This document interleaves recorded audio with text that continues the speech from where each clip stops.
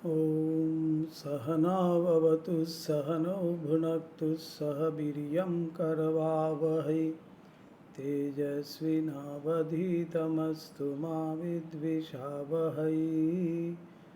ॐ शान्ति शान्ति शान्तिः। ॐ सर्वधर्मस्थापकस्तं सर्वधर्मस्वरूपकः आचार्याणां महाचार्य रामकृष्णाय ते नमः। শ্রী শ্রী রামকৃষ্ণ লীলা প্রসঙ্গ আমাদের হচ্ছিল যেটা গুরু ভাবে মথুরের প্রতি কৃপা, এই অধ্যায় আমরা পড়ছিলাম। মথুরের সাথে ঠাকুরের যে সেই মধুর সম্পর্ক, এই নিয়েই আমাদের চলছিল আলোচনা বা পাঠ। তো ঠাকুর যেমন মথুরকে ভালোবাসতেন বা বিশ্বাস করতেন, সেই রকম মথুরও কিন্তু ঠাকুরের প্রতি সেই ভালোবাসা, সেই বিশ্বাস, সেই শ্রদ্ধা ছিল। সেটা আমরা বিভিন্ন ঘটনার মধ্যে দিয়ে কিন্তু দেখতে পাই। বিভিন্ন মত ঠাকুরের, কখনো যেগুলো মনে হচ্ছে মথুরকে তিনি জিজ্ঞেস করছেন এটি কেন হলো বলো তো, মথুর এমন করে আবার ঠাকুরকে বুঝিয়ে দিচ্ছেন, ঠাকুরও যেন সেই সরল বালকের মতো সেটি বুঝে নিচ্ছেন। আবার দেখা যাচ্ছে মথুর যখন বিপদে পড়ছেন, তিনি কোনো সমস্যায় পড়ছেন। একবার এমন হয়েছিল যে সেই নরহত্যার দায়ে পর্যন্ত দায়ী হয়েছিলেন, সেইখান থেকে পর্যন্ত ঠাকুর মথুরকে যেন উদ্ধার করেছেন। এইভাবে আমরা কিন্তু বিভিন্ন ঘটনা পড়ে আসছি। আজকে যেটি আমাদের হবে, কৃপণ মথুরের ঠাকুরের জন্য অজস্র অর্থ ব্যয়ের দৃষ্টান্ত। এত যিনি ব্যয় করেছেন, তার আরেকটি নামও কিন্তু ছিল, তিনি কৃপণ ছিলেন। কৃপণ অর্থে, সেই অর্থে কিন্তু কৃপণ নয়, তিনি সবসময় যে একেবারে সবার জন্যই তিনি হাত খোলা ছিল তার, সেরকম কিন্তু নয়। কিন্তু ঠাকুরের ক্ষেত্রে দেখা গেছে, ঠাকুর যখন যেইটি ইচ্ছা করেছেন, মথুরবাবু কিন্তু সেইটি জুগিয়ে দিয়ে গেছেন। তো এইটিও ঠাকুরের একটি বিশেষ কৃপা বলতে হবে। তো আজকের সেই কৃপার কথাই আমরা পড়ব। ঠাকুরের উভয় ভাবের পরিচায়ক এইরূপ কত দৃষ্টান্তই না বলা যাইতে পারে। এই উভয় ভাব বলতে এই যে দুটো ভাব ঠাকুরের, কখনো তিনি একেবারে সরল, কখনো আবার তিনি বিজ্ঞ প্রাজ্ঞ গুরুর মতো ব্যবহার করছেন। এই দুটো ভাবই, এই সকল দেখিয়া শুনিয়াই মথুরের দৃঢ় ধারণা হইয়াছিল, বহুরূপী বাবার কৃপাতেই তাহার যাহা কিছু ধন বল, মান বল, প্রতাপ বল, আর যা কিছুই বলো, সুতরাং বাবাকে সাক্ষাৎ ঈশ্বরাবতার বলিয়া রাজসম্মান দেওয়া ও অচল ভক্তি বিশ্বাস করাটা মধুরের পক্ষে একটা বিচিত্র ব্যাপার হয় নাই। এখানে একটু ভুল বললাম, এই বল নয়, বলো, ধন বলো, মান বলো, প্রতাপ বলো, আর যা কিছুই বলো, অর্থাৎ এই সব কিছুই যেন বাবার কৃপাতেই তিনি লাভ করেছিলেন। এইটিও মথুরের কিন্তু দৃঢ় বিশ্বাস ছিল। তো এইভাবে যিনি লাভবান, এইভাবে যিনি কৃপা পেয়েছেন ঠাকুরের, তো ঠাকুরের প্রতি সেই ভক্তি বিশ্বাস কোনো বিচিত্র ব্যাপার নয়, অবশ্যই তিনি করবেনই। বিষয়ী লোকের ভক্তির দৌড় ভক্তিভাজনের প্রতি অর্থ ব্যয় বুঝিতে পারা যায়। এটা আমরা আজও কিন্তু বুঝি। যারা বেশ উচ্চ মার্গের সাধু বা উচ্চ ভাবপন্ন,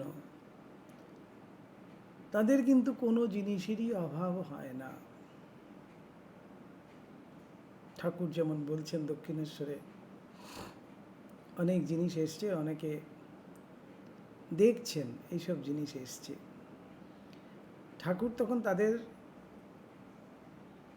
মানসিক অবস্থা বুঝে ঠাকুর বলছেন যে দেখো, আমি মায়ের নাম করি বলে এত সব এখানে আসে। অর্থাৎ এইটাই ঠাকুর বোঝাতে চেয়েছেন, যেখানে শুদ্ধ পবিত্র ভাব, নিষ্কাম ভাব, সেখানে কিন্তু ভগবানই যেন সমস্ত জুটিয়ে দেন। তো এইখানে যেটা বলতে চাইছি আমরা, এইখানে মহারাজ যেটা উপস্থাপন করেছেন, বলছেন যে বিষয়ী লোকের ভক্তির দৌড়। সেই গতদিন কথা হচ্ছিল, একটি পয়সাও কিন্তু আমরা কামনা রহিত হয়ে কাউকে দান করতে পারি না। কামনাযুক্ত হয়েই কিন্তু সেই পয়সাটি আমরা দান করি। তো আমাদের ভক্তির দৌড় কতখানি, সেই কথাতেই আসছে। বিষয়ী লোকের ভক্তির দৌড় কতখানি, ভক্তিবাজনের প্রতি অর্থ ব্যয়ী বুঝিতে পারা যায়। তাহাতে আবার মথুর সচতুর হিসাবে বুদ্ধিমান বিষয়ী ব্যক্তি সচরাচর যেমন হইয়া থেকে একটু কৃপণও ছিলেন, খুব হিসাব করে বুঝে শুনে তারপরে দিতেন। কিন্তু বাবার বিষয়ে মথুরের অকাতরে ধন ব্যয় দেখিয়া তাহার ভক্তি বিশ্বাস যে বাস্তবিকই আন্তরিক ছিল, এ কথা স্পষ্ট বোঝা যায়। এই আগে যেটা বলছিলাম, অন্যান্য ব্যাপারে মথুর কিন্তু একটু হিসেব করেই খরচা করতেন, কিন্তু এই বাবার ক্ষেত্রে, একমাত্র ঠাকুরের ক্ষেত্রে, তিনি যখন যেইটি ইচ্ছা প্রকাশ করেছেন, ঠাকুর তো আর মুখ ফুটে চাইতেন না বা বলতেন না, ইচ্ছা প্রকাশ করেছেন, তখনই কিন্তু মথুর অকাতরে একেবারে অকৃপণ হস্তে তিনি সেগুলো জোগাড় করেছেন। তো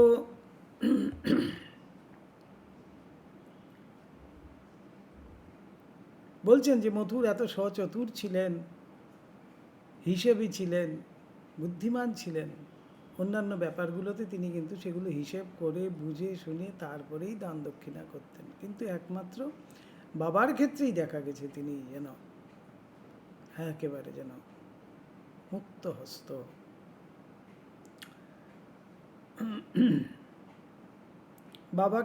বাবাকে যাত্রা শোনাইতে সাজগোজ পড়াইয়া বসাইয়া গায়কদের পেলা বা পুরস্কার দিবার জন্য মথুর তাহার সামনে 10 টাকার থাক করিয়া একেবারে 100 বা ততোধিক টাকা সাজাইয়া দিলেন।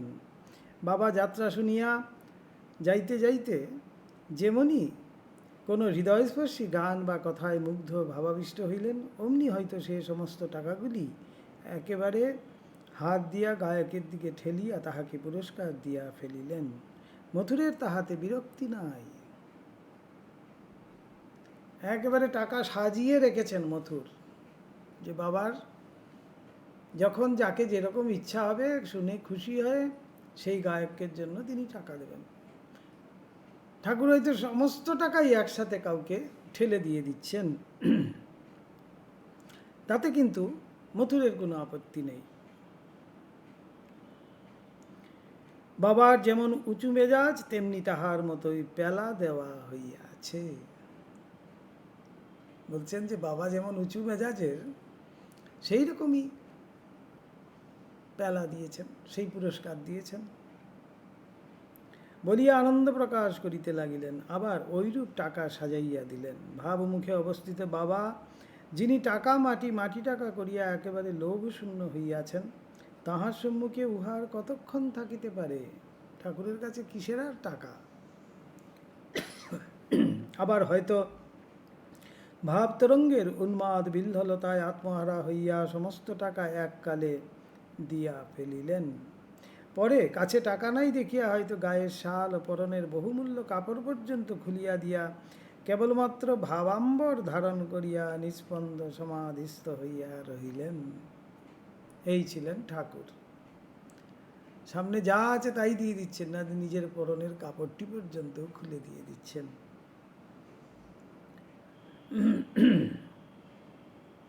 মথুর তাহার টাকার সার্থকতা হইল ভাবিয়া আনন্দে বিভোর হইয়া বাবাকে বিজন করিতে লাগিলেন। মথুর এত তৃপ্ত তখন যেন, বলছে এই যে টাকাগুলো আমি রেখেছিলাম বাবা পেলা হিসাবে দিয়েছেন, এতে সার্থক হয়েছে বলে এত আনন্দ বলে বলে বাবাকে হাওয়া করছেন, বিজন করছেন। কৃপণ মথুরের বাবার সম্বন্ধে এইরূপ উদারতার কতই না দৃষ্টান্ত দেওয়া যায়। মথুর বাবাকে সঙ্গে লইয়া কাশী বৃন্দাবন আদি তীর্থ পর্যটনে যাইয়া বাবার কথায় কাশীতে কল্পতরু হইয়া দান করিলেন। আবশ্যকীয় পদার্থ যে যাহা চাহিল তাহাকে তাহাই দিলেন। বাবাকে সে সময় কিছু চাহিতে অনুরোধ করায় বাবা কিছুরই অভাব খুঁজিয়া পাইলেন না, বলিলেন একটি কমণ্ডলু দাও। বাবার ত্যাগ দেখিয়া মথুরের চক্ষে জল আসিল। মথুরের সহিত কাশী বৃন্দাবন আদি তীর্থদর্শনে যাইবার কালে বৈদ্যনাথের নিকটবর্তী কোনো গ্রামের ভিতর দিয়া যাইবার সময় গ্রামবাসীর দুঃখ দারিদ্র দেখিয়া, সবাই আমরা জানি সেই ঘটনা,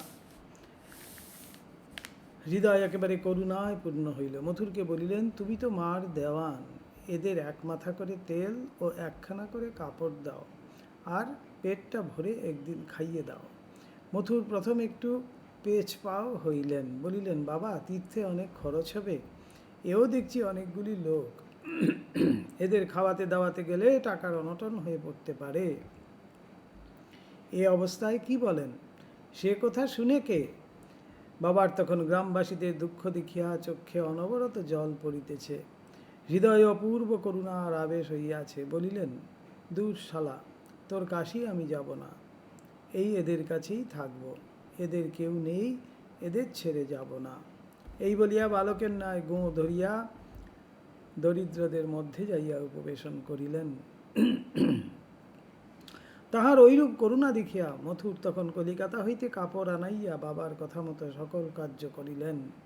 বাবাও গ্রামবাসীদের আনন্দ দেখিয়া আনন্দে আটখানা হইয়া তাহাদের নিকট বিদায় লইয়া হাসিতে হাসিতে মথুরের সহিত কাশী গমন করিলেন। মানে যখন যা ইচ্ছা করেছেন মথুর কিন্তু সেইটি পূর্ণ করেছেন। শুনিয়াছি মথুরের সহিত রানাঘাটের সন্নিহিত তাহার জমিদারিভুক্ত কোনো গ্রামে অন্য এক সময় বেড়াইতে যাইয়া গ্রামবাসীদের দুর্দশা দেখিয়া ঠাকুরের হৃদয়ে ঐরূপ করুণার আর একবার উদয় হইয়াছিল এবং মথুরের দ্বারা আর একবার ঐরূপ অনুষ্ঠান করাইয়াছিলেন। গুরুভাব মুখে অবস্থিত ঠাকুর এইরূপ মধুর সম্বন্ধে মথুরকে চিরকালের মতো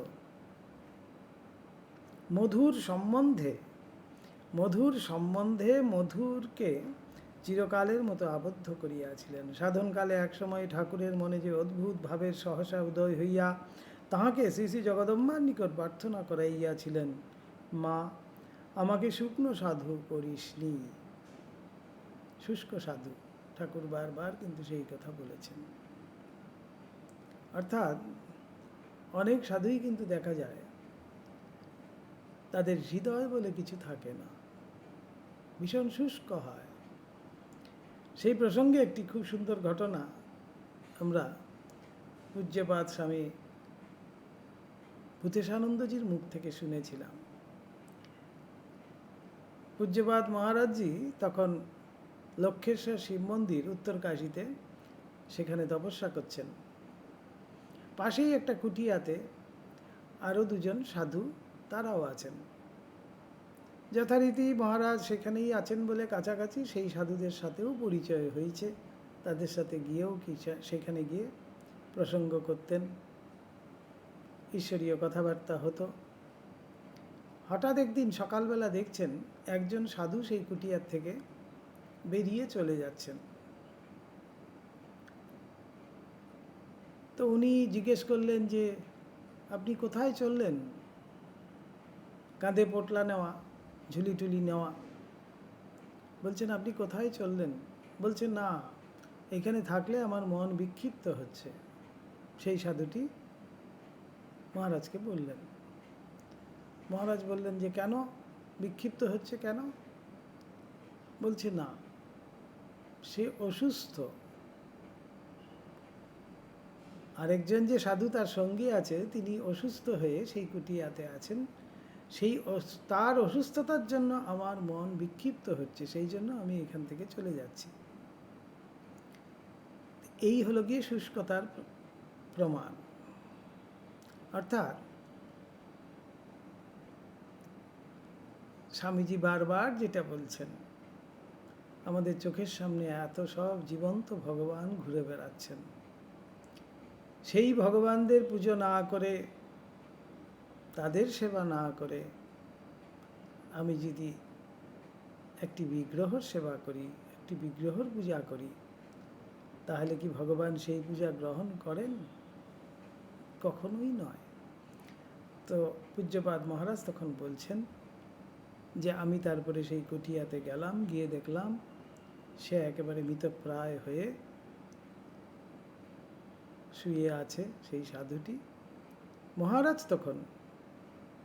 মহারাজও কিন্তু তপস্যা করতেই লক্ষেশ্বর শিব মন্দিরে এখানে আছেন উত্তরকাশীতে। মহারাজ তখন করলেন কি, সেই সাধুটির সম্পূর্ণ সেবা যত্ন আহার আদি সব তিনিও তো ভিক্ষে করেই খেতেন, সেই ভিক্ষে করে সেই সাধুর জন্যও আনতেন, সেই সাধুকে সম্পূর্ণ সুস্থ করে তুললেন। তো বলছেন আমারই একজন ভাই, সাধু ভাই, একসাথে আছি, সে যদি অসুস্থ হয় তার মানে তার অসুস্থতা কি আমার বিক্ষিপ্ততার কারণ হবে? এ কোন ধরনের হৃদয়?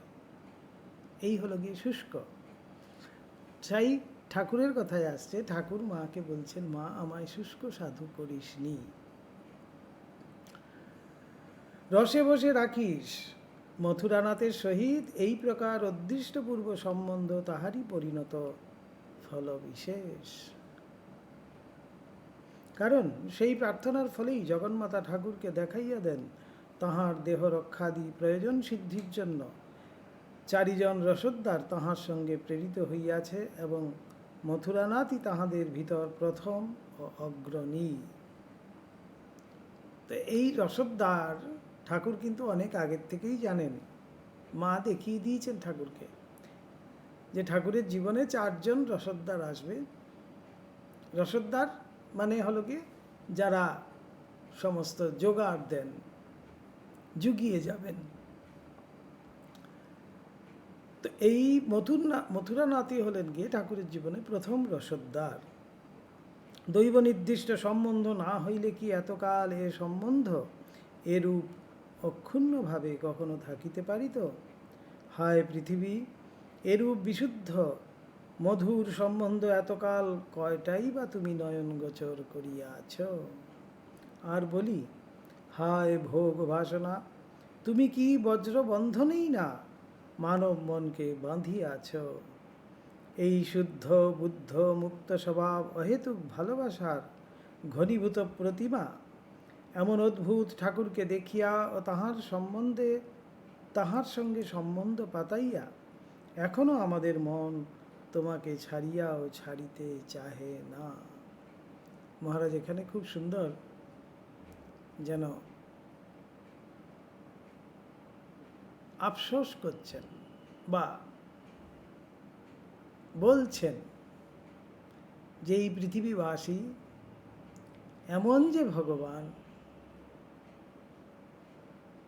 তাকে স্মরণ করেও আমরা কিন্তু এখনো এইসব বন্ধন থেকে মুক্ত হতে পারছি না। এ বলছেন, ভোগ বাসনা তুমি কি বজ্র বন্ধনেই না মানব মনকে বাঁধিয়াছ? এই শুদ্ধ বুদ্ধ মুক্ত স্বভাব অহেতুক ভালোবাসার ঘনীভূত প্রতিমা। ঠাকুরের এমন সব বিশেষণ দিয়ে ঠাকুরকে বোঝানো হচ্ছে, শুদ্ধ বুদ্ধ মুক্ত ভালোবাসার ঘনীভূত প্রতিমা, লাভ পার্সনিফাইড, স্বামীজি বলছেন। তো এমন যিনি, তাকে চিন্তা করেও আমাদের কিন্তু সেই ভোগ বাসনার থেকে আমরা এখনো মুক্ত হতে পারছি না।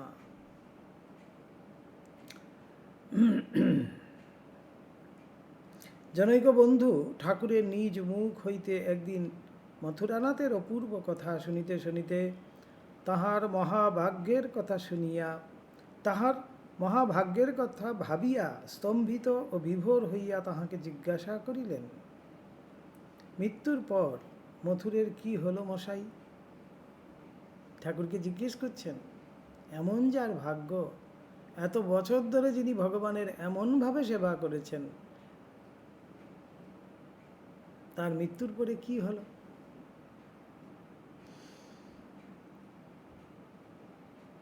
তাকে নিশ্চয়ই বোধহয় আর জন্মগ্রহণ করিতে হবে না। ঠাকুর শুনিয়া উত্তর করিলেন, কোথাও একটা রাজা হয়ে জন্মেছে আর কি। এইটি আমাদের একটি কিন্তু প্রচলিত মত আছে যে আগের জন্মে কেউ অনেক দান করলে পরেই এই জন্মে গিয়ে রাজা হয়ে জন্মায়। আবার এই জন্মেও যে দান দক্ষিণা করে সেও কিন্তু পরে জন্ম গিয়েই কিন্তু রাজাই হবে। এত যে দান দক্ষিণা করেছে, এত যে ভগবানের সেবা করেছে, এই জন্য ঠাকুর পর্যন্ত বলছেন কোথাও একটা রাজা হয়ে জন্মেছে আর কি। ঠাকুর শুনিয়া উত্তর করিলেন, কোথাও একটা রাজা হয়ে জন্মেছে আর কি। ভোগ বাসনা ছিল, ভোগ বাসনা তো ছিল, ভোগ বাসনার থেকে তো আর মুক্ত হয়নি। এই বলিয়াই ঠাকুর অন্য কথা পাড়িলেন, অন্য কথায় চলে গেলেন, আর বেশি কিছু বলতে চাইলেন না। এইবার গুরুভাবে নিজ গুরুগণের সহিত সম্বন্ধ।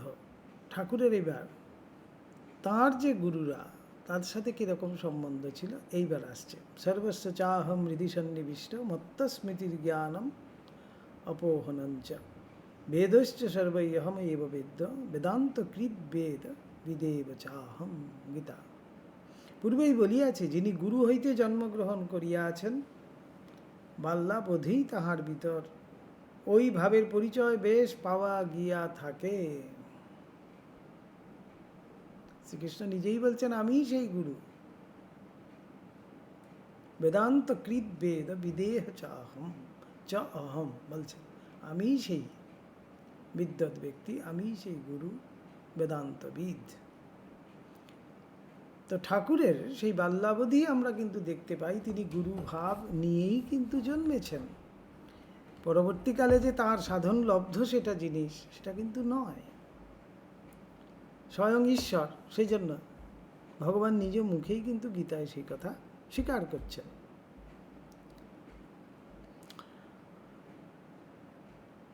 মহাপুরুষ অবতার কুলের তো মহাপুরুষ অবতার কুলের তো কথাই নাই। তাহাদের মধ্যে যিনি জনসমাজে যে ভাব প্রতিষ্ঠার জন্য জন্মগ্রহণ করেন, বাল্যাবধি তাহাতে যেন ওই ভাব প্রতিষ্ঠিত দেখিতে পাওয়া যায়। শরীরেন্দ্রিয়াদির পূর্ণতা, দেশ কালাদি অবস্থান সকলের অনুকূলতা প্রভৃতি কারণসমূহ ক্রমে ক্রমে উপস্থিত হইয়া তাহাদের জীবনে ওই ভাব পূর্ণ পরিস্ফুট হইবার সহায়তা করিতে পারে। কিন্তু ওই সকল কারণই যে তাহাদের ভিতর ওইভাবে জন্ম দিয়া এ জীবনে তাহাদের গুরু করিয়া তোলে তাহা নহে।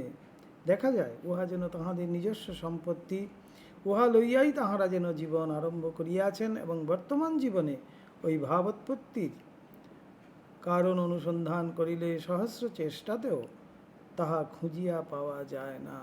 ঠাকুরের জীবনে গুরু ভাবোৎপত্তি অনুসন্ধান করিতে যাইলেও ঠিক ওই রূপ দেখা যায়। বাল্যে দেখো, যৌবনে দেখো, সাধনকালে দেখো, সকল সময়েই ওই ভাবের অল্পাধিক বিকাশ তাহার জীবনে দেখিতে পাইয়া অবাক হইতে হয়।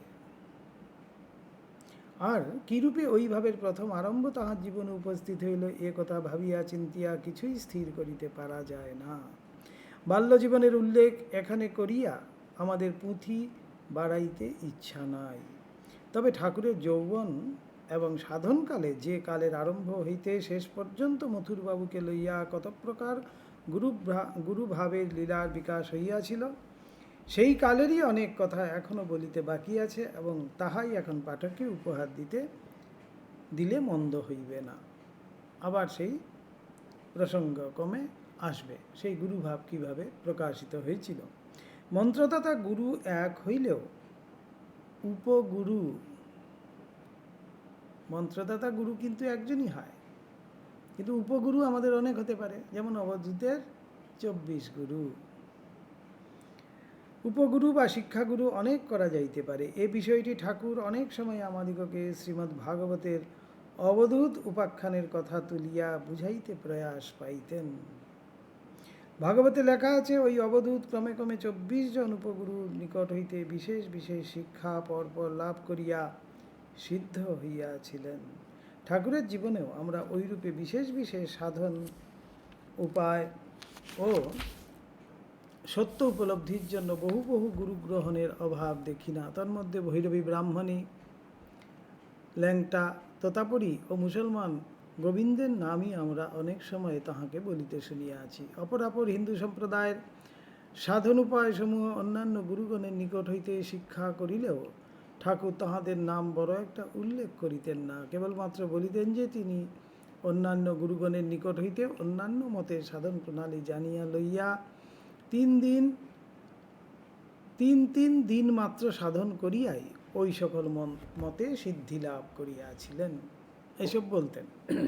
তার মধ্যে বিশেষ বিশেষ এই ভৈরবী ব্রাহ্মণী, তোতাপুরী, গোবিন্দ ইত্যাদির নামই কিন্তু ঠাকুর বারবার বলেছেন। ওই সকল গুরুগণের নাম ঠাকুরের মনে ছিল না, অথবা বিশেষ উল্লেখযোগ্য নহে বলিয়াই ঠাকুর উল্লেখ করিতেন না। তাহা এখন বলা কঠিন, তবে এটা বোঝা যায় যে তাহাদের সহিত সম্বন্ধ ঠাকুরের অতি অল্পকালের নিমিত্ত হইয়াছিল, সেজন্য তাহাদের কথা বিশেষ উল্লেখযোগ্য নহে। ঠাকুরের শিক্ষাগুরুগণের ভিতর আবার ভৈরবী ব্রাহ্মণী তাহার নিকটে বহুকাল বাস করিয়াছিলেন।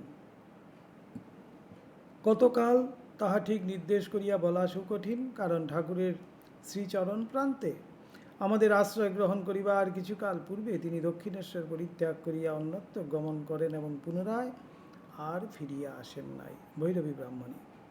ইহার পরে ঠাকুর তাহার আর একবার মাত্র সন্ধান পাইয়াছিলেন, তখন ওই ব্রাহ্মণী ভৈরবী কাশীধামে কাল কাটাইতেছিলেন। এটা আমরা আগে পেয়েছি। ব্রাহ্মণী ভৈরবী যে বহুকাল দক্ষিণেশ্বর কালীবাটিতে এবং তন নিকটবর্তী গঙ্গাতটে যথা দেবমণ্ডলের ঘাট প্রভৃতি স্থলে বাস করিয়াছিলেন, ইহা আমরা ঠাকুরের শ্রীমুখ হইতে শুনিয়াছি। ব্রাহ্মণী ঠাকুরকে 64খানা প্রধান প্রধান তন্ত্রোক্ত যত কিছু সাধন প্রণালী সকলই একে একে করাইয়াছিলেন। তন্ত্র সাধনকালে ভৈরবীর বিশেষ প্রয়োজন ছিল, সেই জন্য ভৈরবীকে কিন্তু ঠাকুর অনেক দিন ঠাকুরের কাছে ছিলেন এবং ভৈরবীর নামও অনেক জায়গায় ঠাকুর কিন্তু বলছেন। 64খানা তন্ত্র, 64 তন্ত্রে ঠাকুরকে সিদ্ধ করিয়েছিলেন। শুনিয়াছি ব্রাহ্মণী বৈষ্ণব মত সম্বন্ধীয় তন্ত্রাদিতেও সুপণ্ডিতা ছিলেন।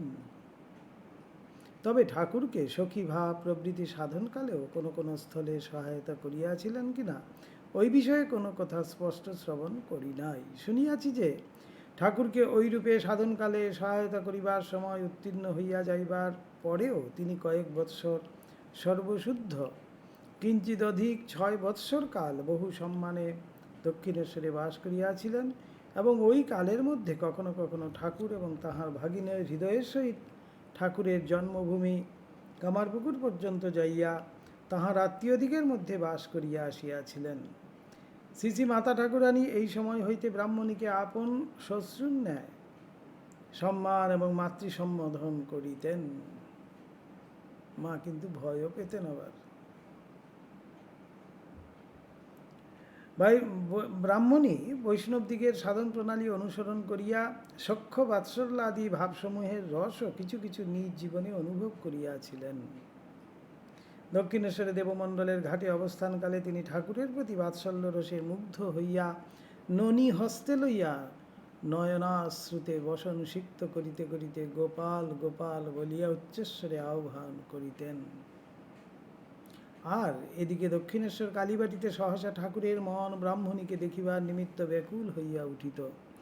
শুনিয়াছি তখন তিনি বালক যেমন জননীর নিকট উপস্থিত হয়, তেমনি এক ছুটে ওই 1 মাইল পথ অতিক্রম করিয়া তাহার নিকটে উপস্থিত হইতেন এবং নিকটে বসিয়া ননি ভোজন করিতেন।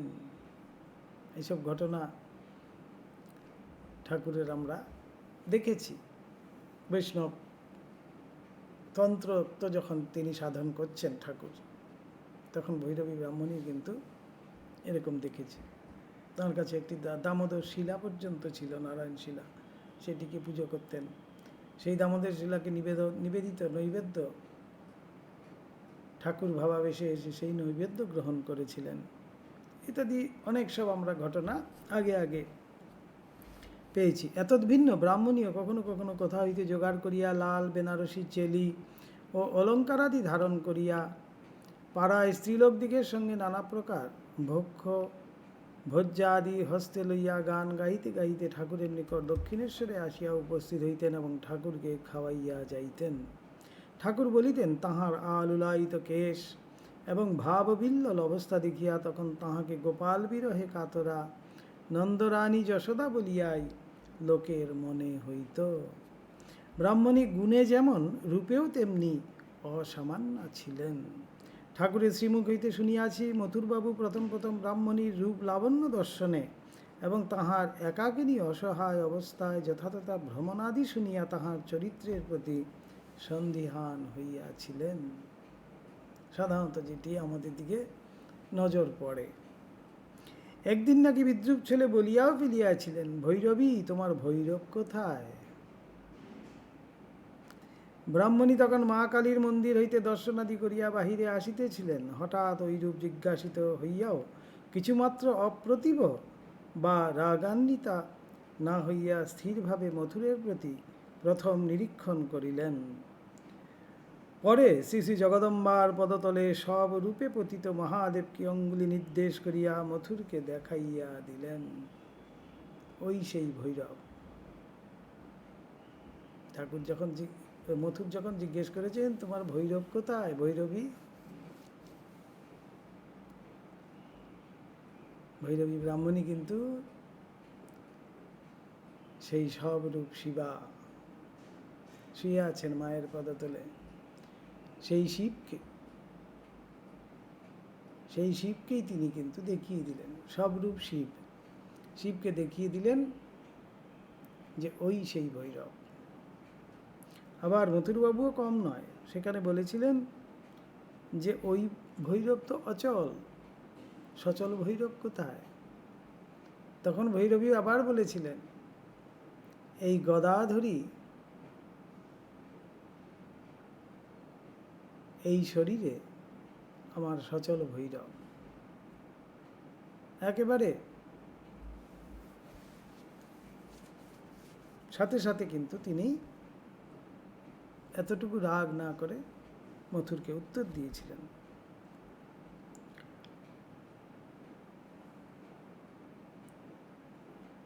সন্দিগ্ধমনা বিষয়ী মথুর অল্পে ছাড়িবার পাত্র ছিলেন না, বলিলেন ও ভৈরব তো অচল। ব্রাহ্মণী তখন ধীর গম্ভীর স্বরে উত্তর করিলেন, যদি অচলকে সচল করিতেই না পারিব তবে আর ভৈরবী হইয়াছি কেন? অর্থাৎ এই সচল ভৈরবী হলেন গিয়ে এই গদাধর, এই শরীরে। ব্রাহ্মণীর ঐরূপ ধীর গম্ভীর ভাব ও উত্তরে মথুর লজ্জিত প্রতিভ হইয়া নির্বাক হইয়া রহিলেন। পরে দিন দিন তাহার উচ্চ প্রকৃতি ও অশেষ গুণের পরিচয় যতই পাইতে থাকিলেন ততই মথুরের মনে আর ঐরূপ দুষ্ট সন্দেহ রহিল না। ঠাকুরের শ্রীমুখে শুনিয়াছি ব্রাহ্মণী পূর্ববঙ্গের কোন স্থলে জন্মগ্রহণ করিয়াছিলেন এবং তাহাকে দেখিলেই বড় ঘরের মেয়ে বলিয়া সকলের নিঃসংশয় ধারণা হইত। বাস্তবিকও তিনি তাহাই ছিলেন, কিন্তু কোন গ্রামে কাহার ঘর পুত্রীরূপে আলো করিয়াছিলেন, ঘরেণীরূপে কাহারও ঘর কখনো উজ্জ্বল করিয়াছিলেন কিনা, এবং প্রৌঢ় বয়সে এইরূপে সন্ন্যাসিনী হইয়া দেশ বিদেশে ভ্রমণ করিবার ও সংসারে বিতরাগ হইবার কারণই বা কী হইয়াছিল, তাহা আমরা ঠাকুরের নিকট হইতে কখনোই শুনি নাই। আবার এত লেখাপড়াই বা শিখিলেন কোথায় এবং সাধনেই বা এত উন্নতি লাভ কোথায়, কবে করিলেন, তাহাও আমাদের কাহারও কিছুমাত্র জানা নেই। সাধনে যে ব্রাহ্মণী বিশেষ উন্নতা হইয়াছিলেন একথা আর বলিতে হইবে না। দৈব কর্তৃক ঠাকুরের গুরুরূপে মনোনীত হওয়াতেই তাহার পরিচয় বিশেষ রূপে পাওয়া যায়। যে সে তো আর ঠাকুরের গুরুরূপে আসতে পারে না, ভগবানকে সাধন করাবেন বলে আসছেন, তার মানে তিনিও কতখানি ক্ষমতা রাখেন, কতখানি অধিকারিণী, সেটা আমরা খুব ভালো করেই বুঝতে পারি। আবার যখন ঠাকুরের শ্রীমুখ হইতে আমরা জানিতে পারিয়াছি যে ব্রাহ্মণী তাহার নিকটে আসিবার পূর্বেই যোগ বলে জানিতে পারিয়াছিলেন যে জীবৎকালে তাহাকে ঠাকুর প্রমুখ 3 ব্যক্তিকে সাধনায় সহায়তা করিতে হইবে এবং ওই 3 ব্যক্তির সহিত ভিন্ন ভিন্ন দেশে ও কালে সাক্ষাৎ হইবা মাত্র ব্রাহ্মণী তাহাদের চিনিয়া ঐরূপ করিয়াছিলেন, তখন আর ওই বিষয়ে কিছুমাত্র সন্দেহ থাকে না। যোগ বলেই কিন্তু ব্রাহ্মণী জেনেছিলেন যে আমাকে এরকম আসতে হবে, তাকে সাধন করাতে হবে। ব্রাহ্মণী ঠাকুরের সহিত প্রথম সাক্ষাতেই চন্দ্র ও গিরিজার কথা তাহাকে বলিয়াছিলেন, বাবা, তাদের দুজনকে ইহার পূর্বেই পেয়েছি, আর তোমাকে এতদিন খুঁজে খুঁজে বেড়াচ্ছিলাম, আজ পেলাম। তাদের সঙ্গে পরে তোমায় দেখা করিয়ে দিব। বাস্তবিকই পরে ওই 2 ব্যক্তিকে দক্ষিণেশ্বরে আনিয়া ব্রাহ্মণী ঠাকুরের সহিত দেখা করাইয়া দেন।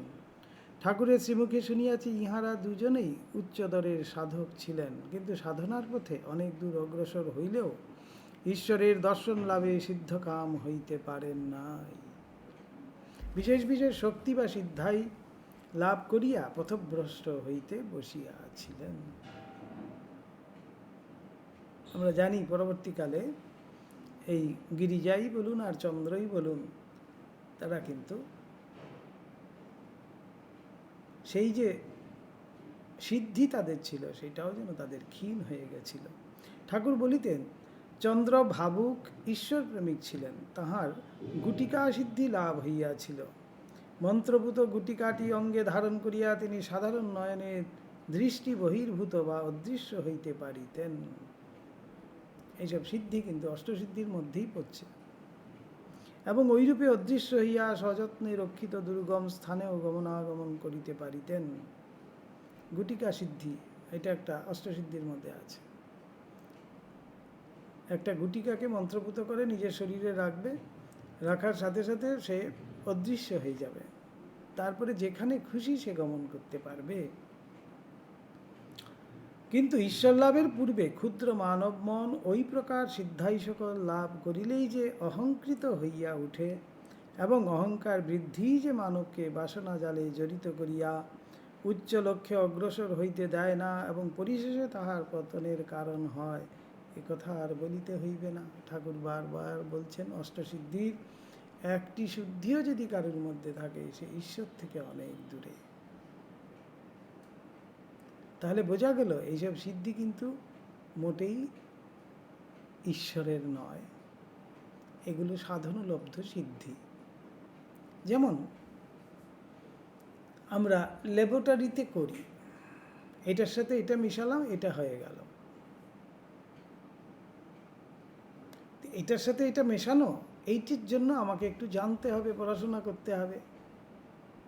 তো ঠিক এই অষ্টসিদ্ধির মধ্যেও লগিয়ে তাই 8 রকমের সিদ্ধি আছে, সেই সিদ্ধি লাভের জন্য আমাকে কিছু সাধন করতে হবে, জানতে হবে। জানলে পরে এইসব সিদ্ধি কিন্তু একেবারে কর আমলকবৎ হাতের মুঠোর মধ্যে চলে আসে। কিন্তু বলা হচ্ছে, বা ঠাকুর যেটা বারবার বলছেন, এই অষ্টসিদ্ধি বা এইসব সিদ্ধি কিন্তু মানুষকে অহংকৃত করে, আর এই অহংকারই ঈশ্বরের থেকে অনেক দূরে সরিয়ে দেয়। সুতরাং এইসব সিদ্ধির দ্বারা কখনো ভগবান লাভ হবে না।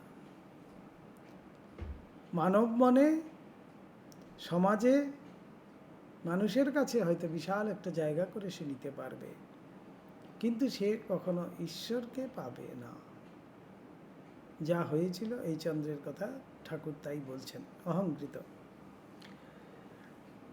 অহংকার বৃদ্ধিতেই পাপের বৃদ্ধি এবং উহার হ্রাসেই পুণ্য লাভ।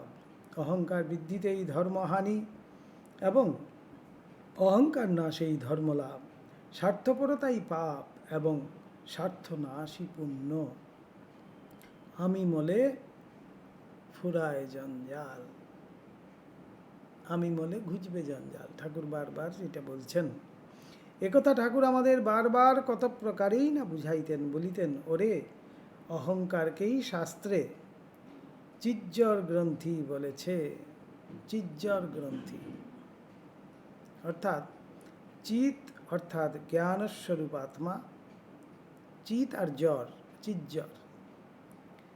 চিত অর্থাৎ জ্ঞানস্বরূপ আত্মা এবং জ্বর অর্থাৎ দেহেন্দ্রাদি। ওই অহংকার এত উভয়কে একত্রে বাঁধিয়া রাখিয়া মানব মনে আমি দেহেন্দ্রিয় বুদ্ধাদি বিশিষ্ট জীব, এই অহংকার আসবে।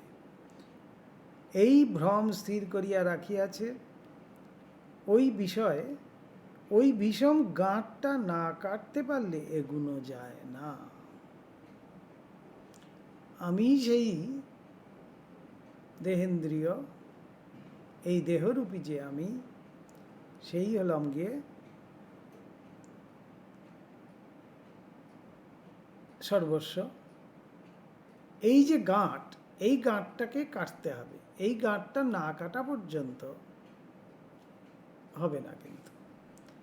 কেননা এইটাই হলো কি প্রধান আমাদের কিন্তু ব্যারিয়ার বলা হচ্ছে। এইটাই হলো কি আমাদের বেড়া দেওয়া রয়েছে, যেন বেড়া জালে বদ্ধ হয়ে আছি। এই ভ্রম স্থির করিয়া রাখিয়াছে ওই ভীষণ গাঁটটা না কাটতে পারলে এগুনো যায় না, ওইটিকে ত্যাগ করতে হবে। আর মা আমাকে দেখিয়ে দিয়েছে সিদ্ধাইগুলো বিষ্ঠাতুল্যর হেয়। এমন বলছেন যে এই সিদ্ধাইয়ের পিছনেই কিন্তু মানুষ ঘুরছে। ঠাকুর বলছেন মা আমাকে দেখিয়ে দিয়েছেন যে এই সিদ্ধাই সমস্ত বিষ্ঠাতুল্য, হেয়, ত্যায্য, সর্বতভাবে এই জন্য ত্যাগ করতে হবে। এই অনিমা লঘিমা আদি যত সব সিদ্ধাই আছে। তো সুতরাং আমরা কিন্তু আমাদের একটি সাধারণ ধারণা রয়েছে, যার মধ্যে এসব সিদ্ধাই দেখতে পাই তাকেই আমরা মনে করি যে বাবা পৌঁছা হুয়া মহাত্মা। উত্তরাখণ্ডে বলবে যে পৌঁছা হুয়া মহাত্মা। পৌঁছা হুয়া মানেই হলো গিয়ে এইসব সিদ্ধাই যুক্ত। এইরকম করে মিষ্টি দিয়ে দিচ্ছে, এরকম করে ভস্য দিয়ে দিচ্ছে, হাতে একটা তাজা ফুল নিয়ে চলে এলো, এগুলো হলো গিয়ে সিদ্ধাই, আর কিছুই নয়। তো এইসব দেখেই কিন্তু আমরা একেবারে সেই ব্যক্তিত্বের কাছে আকৃষ্ট হই এবং ভ্রমে পড়ি। তো সেই গাঁট আরও গাঁট যুক্ত হয়। তো সেই সিদ্ধাই কিন্তু কখনো ঈশ্বর লাভের পথ হতে পারে না। ঠাকুর বারবার বলছেন যে মা দেখিয়ে দিয়েছেন এইসব সমস্ত সিদ্ধাই বিষ্ঠাতুল্য হেয়। ও সকলে মন দিতে নেই ভগবানে। সে সত্যিকারের ভগবানকে ধরে আছে কি না? ঠাকুর বলছেন যার মন প্রাণ ঈশ্বরে গত হয়েছে, যিনি ঈশ্বর বই আর অন্য কোনো কথা বলেন না, সেই হলো গিয়ে ঈশ্বরের কাছাকাছি। যেন সেই যেন ঠিক ঠিক ঈশ্বরকে জেনেছে বা জানার চেষ্টা করছে, এইটুকুন বুঝতে হবে। যেখানে শুদ্ধতা, পবিত্রতা, নিঃস্বার্থপরতা এইসব দর্শিত হয়, সরলতা এইসব যেখানে দর্শিত হয়, সেখানেই জানবো যে ঈশ্বর তার কাছাকাছি আছে বা তাতেই আছে। এইটি আমাদের কিন্তু খুব ভালো করে বুঝতে হবে। কখনো সেই ঐশ্বর্য দেখে যেন আমরা না ভুলি। আমাদের একটা ধারণা যে যার মধ্যে এইসব ক্ষমতা আছে, ম্যাজিক্যাল পাওয়ার, মিস্ট্রি সব আমরা ভীষণ বিশ্বাসী। ঝাড় ফুঁক, তাবিজ, কবচ ইত্যাদি ইত্যাদিতে ভীষণ বিশ্বাসী। এগুলোতে যে বিশ্বাস করছে এগুলো সমস্তই কিন্তু সিদ্ধায়। তো এগুলোর থেকে আমাদেরকে বেরোয় আসতে হবে, অর্থাৎ শুদ্ধ ভক্তিতে নিয়ে থাকতে হবে। তখনই আমরা কিন্তু ঠিক ঠিক পথে এগোতে পারব। ও সকলে মন দিতে নেই, সাধনায় লাগলে ওগুলো কখনো কখনো আপনা আপনি এসে উপস্থিত হয়। এর জন্য আর নিজে চেষ্টা করে আনতে হয় না। কেউ যদি সত্যিকারের শুদ্ধভাবে নিষ্কামভাবে ঠাকুরকে ভালোবেসে সাধন করতে পারে, তার কাছে কিন্তু আপনা আপনি এগুলো আসবে। ওই যে ঠাকুর বলছেন, মায়ের নাম করি বলেই এত জব জিনিস আসে। তো সেই আমরা পূজনীয়, আবার সেই কথা প্রসঙ্গে আসছে, পূজনীয় ভূতেশানন্দজির মহারাজের প্রসঙ্গে। তখন তিনি প্রেসিডেন্ট, সংঘাধ্যক্ষ, মঠে আছেন। আমরা সবাই প্রণামে যাই সেই সময় সকালবেলা। তো মহারাজ খুব সুন্দর একটা চেয়ারের মধ্যে খুব সুন্দর পাটা ছড়িয়ে বসে আছেন। সেই চেতনানন্দজি এসছেন বিদেশ থেকে। চেতনানন্দজি আসলেই আমাদের একটা খুব ইন্টারেস্ট হতো। তখন একটা আলাদা উৎসাহ ছিল মহারাজকে প্রণাম করার, যে চেতনানন্দজি অনেক রকমের প্রশ্ন করবে মহারাজকে, মহারাজ সেগুলো উত্তর দেবেন, আর আমরা সমবেত সব সাধু ব্রহ্মচারী সেগুলো শুনতে পাব। অর্থাৎ মহারাজকে কিন্তু একটু জিজ্ঞেস করতে হতো। এই জন্য মহারাজ নিজেই কিন্তু বলতেন, বলো বলো বলো, কিছু বলো। অর্থাৎ তিনি কিন্তু নিজেই চাইতেন যে তাকে কেউ জিজ্ঞেস করুক, তিনি যেন উন্মুখ হয়ে আছেন, বলার জন্য রেডি হয়ে আছেন। তো চেতনানন্দজি আসলেই আমাদের খুব আনন্দ হতো যে আজকে বাহ, অনেক প্রসঙ্গ হবে। তো মহারাজকে বলছেন যে মহারাজ, আজকে তো আপনি সংঘাধ্যক্ষ হয়ে, প্রেসিডেন্ট হয়ে এত সুন্দর একটা চেয়ারে বসে আছেন, আপনার আগের একটু জীবনটা যদি একটু বলেন। মহারাজ খুব সুন্দর একটা হাসি দিয়ে চেতনানন্দজির দিকে তাকিয়ে বলছেন, কি আবার বলবো, যেমন বলতেন মহারাজ। তো বলতে বলতেই প্রসঙ্গ এলো। মহারাজ তখন বলছেন, আমি তখন ঠাকুর ভাণ্ডারে কাজ করি, পুরনো মন্দির, স্বামীজি রাম গাছের পাশে যে পুরনো মন্দির আছে, সেইখানে মহারাজ ঠাকুর ভাণ্ডারে কাজ করেন। তো ঠাকুর ভাণ্ডারে কাজ করতে করতে তো একটু দেরি হয়, সকালবেলা জল খাবারের জন্য যেতে একটু দেরি হয়ে যায়। আর মঠের তখন এমন অবস্থা, জল খাবার বলতে একটা টিনের মধ্যে, বড় একটা টিনের মধ্যে মুড়ি ভরা থাকতো। সেই মুড়ি এরকম একটা কৌটো থাকতো, এক কৌটো করে মুড়ি দেওয়া হতো এক একজনকে। আর সেই বিখ্যাত চা, সেই চায়ের কিন্তু কোয়ালিটি আজও সেটাকে মেনটেন করা হয়। সেই বিখ্যাত চা, বিখ্যাত কোন অর্থে বললাম আশা করি সবাই বুঝছেন, কেননা সেটাতে লিখে দিতে হয় ইহাকে চা বলে। তো সেরকমই চা ছিল, সেই বিখ্যাত চা, আর এক কৌটো করে মুড়ি। আবার ভান্ডারী মহারাজ সেখানে দাঁড়িয়ে থাকতেন, সেই কৌটোটা বলতেন, এসব মহারাজের মুখেই শোনা আমাদের। ভান্ডারী মহারাজ দাঁড়িয়ে দাঁড়িয়ে বলতেন, ওইটুকুন একটা কৌটো, ওইটুকুন কৌটোর মধ্যে আর কতটা মুড়ি উঠে? ভান্ডারী মহারাজ বলতেন যে ভাই ভরে ভরে নাও, ভরে ভরে নাও, খেতে হবে তো ভরে ভরে নাও, ভরে ভরে নাও। অর্থাৎ এইটুকুন কৌটো আবার কতখানি ভরবো। তো এইভাবেই বেলুড় মঠের তখন জীবন। তো মহারাজ বলছেন যে ঠাকুর ভাণ্ডারে কাজটা সেরে আমাদের একটু, সাধারণত একটু দুজন ব্রহ্মচারী, আমাদের একটু দেরি হয়ে যেত। তো গিয়ে সেই টিনটা, মুড়ির যে টিন সেটা ছিল, সেটা গিয়ে দেখতেন যে ঢং ঢং করছে, অর্থাৎ মুড়ি ফুরিয়ে গেছে।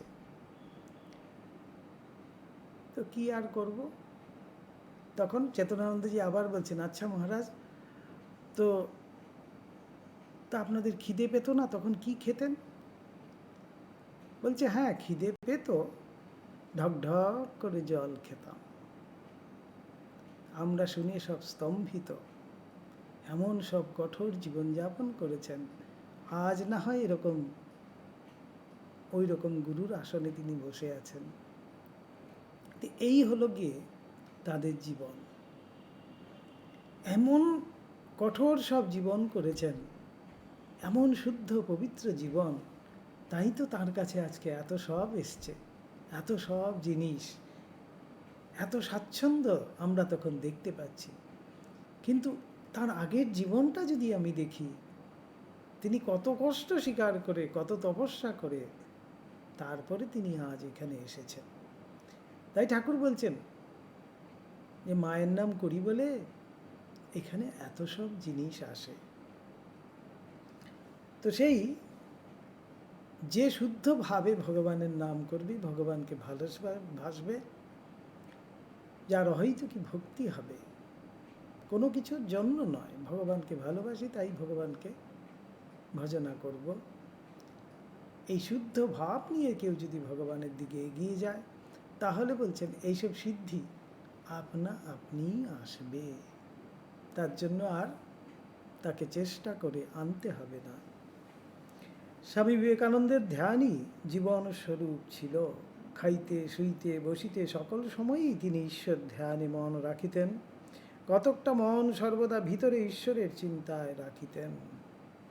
ঠাকুর বলিতেন তিনি ধ্যান সিদ্ধ, ধ্যান করিতে করিতে সহসা একদিন তাহার দূরদর্শন ও শ্রবণের বহুদূরে অবস্থিত ব্যক্তি সকল কি করিতেছে বলিতেছে ইহা দেখিবার ও শ্রবণ করিবার এই ক্ষমতা, এইখানে বসে দূরদর্শন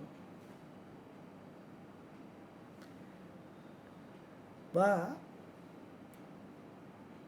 শ্রবণ সব করতে পারছেন। স্বামীজি ধ্যান করতে করতে হঠাৎ সেটা একদিন আসছে, বলছেন ক্ষমতা আসিয়া উপস্থিত, ধ্যান করিতে বসিয়া একটু ধ্যান জমিলেই মন এমন এক ভূমিতে উঠিত যে তিনি দেখিতেন অমুক ব্যক্তি অমুক বাটিতে বসিয়া অমুক প্রসঙ্গে কথাবার্তা কহিতেছেন।